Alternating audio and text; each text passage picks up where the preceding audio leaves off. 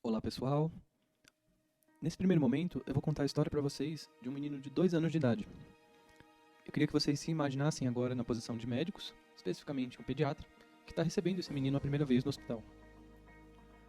O menino vem acompanhado da mãe, e logo que ele entra no consultório você nota que o menino está muito pequeno.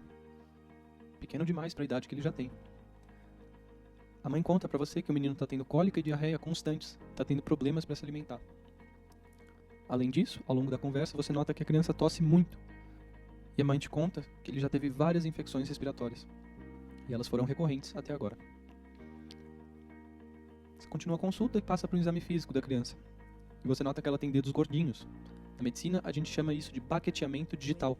Eu coloquei aqui uma foto para vocês verem. É esse abaulamento aqui na porção distal do dedo. Conversando um pouco mais com a mãe, você tira a história da família dela. Você descobre que ninguém na família era afetado ou apresentar qualquer alteração dessa. Só esse menino, que é representado por um quadradinho, que apareceu com esses sintomas. Depois de pedir alguns exames, você chega à conclusão que essa criança tem uma doença genética chamada de fibrose cística. A fibrose cística é um exemplo clássico de uma doença genética com herança autossômica de fenótipo recessivo. Além disso, ela exemplifica pra gente o que significa uma doença com heterogeneidade alélica. Eu apresentei aqui 3 palavras bem difíceis para vocês e a gente vai quebrar uma a uma para entender o que essa doença significa. Vou explicar o que é um autossomo, o que é uma doença com heterogeneidade alélica e, por último, entender por que essa doença tem um fenótipo recessivo. Primeira coisa, o que significa um autossomo? Bom, todos nós temos 23 pares de cromossomos, 46 no total. Aqui, fazendo um cariótipo, que é um exame genético que agrupa todos esses nossos cromossomos, a gente tem os cromossomos numerados de 1 a 22, os pares, e por último, o X e o Y. Vamos deixar de lado agora o X e o Y. Eles são cromossomos que a gente chama de sexuais. Os cromossomos 1 a 22 são autossomos e são eles que vão interessar para a nossa discussão. Eu vou chamar a atenção para vocês agora do cromossomo 7. Aqui a gente está vendo o par. Vamos abrir e esmiuçar ele um pouquinho melhor. O cromossomo 7, representado aqui, tem uma perninha pequena, que é a perninha P, aqui em cima, e uma perninha grande, que é a perninha Q, aqui embaixo. Vou chamar a atenção para mais uma coisa na perninha grande. Essa posição 7q32.2. Essa posição, em específico do nosso cromossomo, é que vai ter as alterações da fibrose cística. O que é importante lembrar é que um cromossomo não é nada mais do que um agregado de DNA. Então aqui dentro, justo nessa porçãozinha, tem um monte de DNA. Em outras palavras, tem um monte de informação. Essa informação, quando ela está correta, não traz nenhum problema pra gente.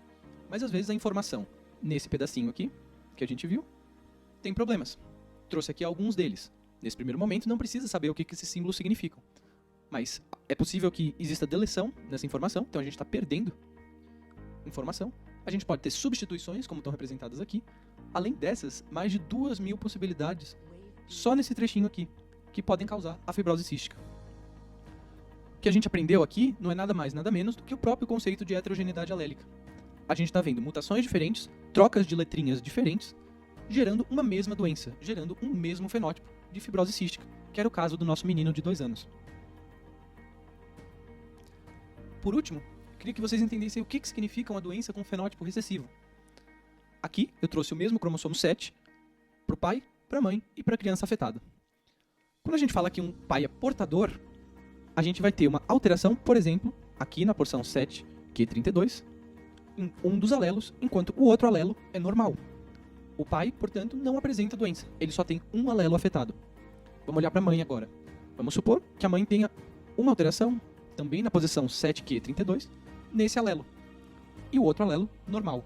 A mãe, bem como o pai, não manifesta a doença. Ela só tem um alelo afetado. Quando o pai e a mãe se reproduzem, os cromossomos se recombinam. Então a gente vai ter arranjos diferentes desses cromossomos 7, além dos outros pares. Uma das possibilidades é que só os alelos não afetados se combinem e a gente vai ter uma pessoa não portadora. Se o alelo afetado do pai se combinar com o alelo não afetado da mãe, a gente vai ter um indivíduo portador, que bem como os pais, tem um alelo afetado e um alelo normal. Vice-versa, pode acontecer um alelo afetado da mãe e um alelo normal do pai. Por último, e o caso que a gente não gostaria que acontecesse, é que o alelo afetado da mãe e o alelo afetado do pai, ambos venham para o mesmo filho. Nesse caso, a gente teria a alteração aqui do pai e a alteração aqui da mãe. A consequência é que essa pessoa tem os dois alelos afetados. Tendo dois alelos afetados, ela vai manifestar a doença. E é esse padrão de herança que a gente chama de um padrão de herança recessivo.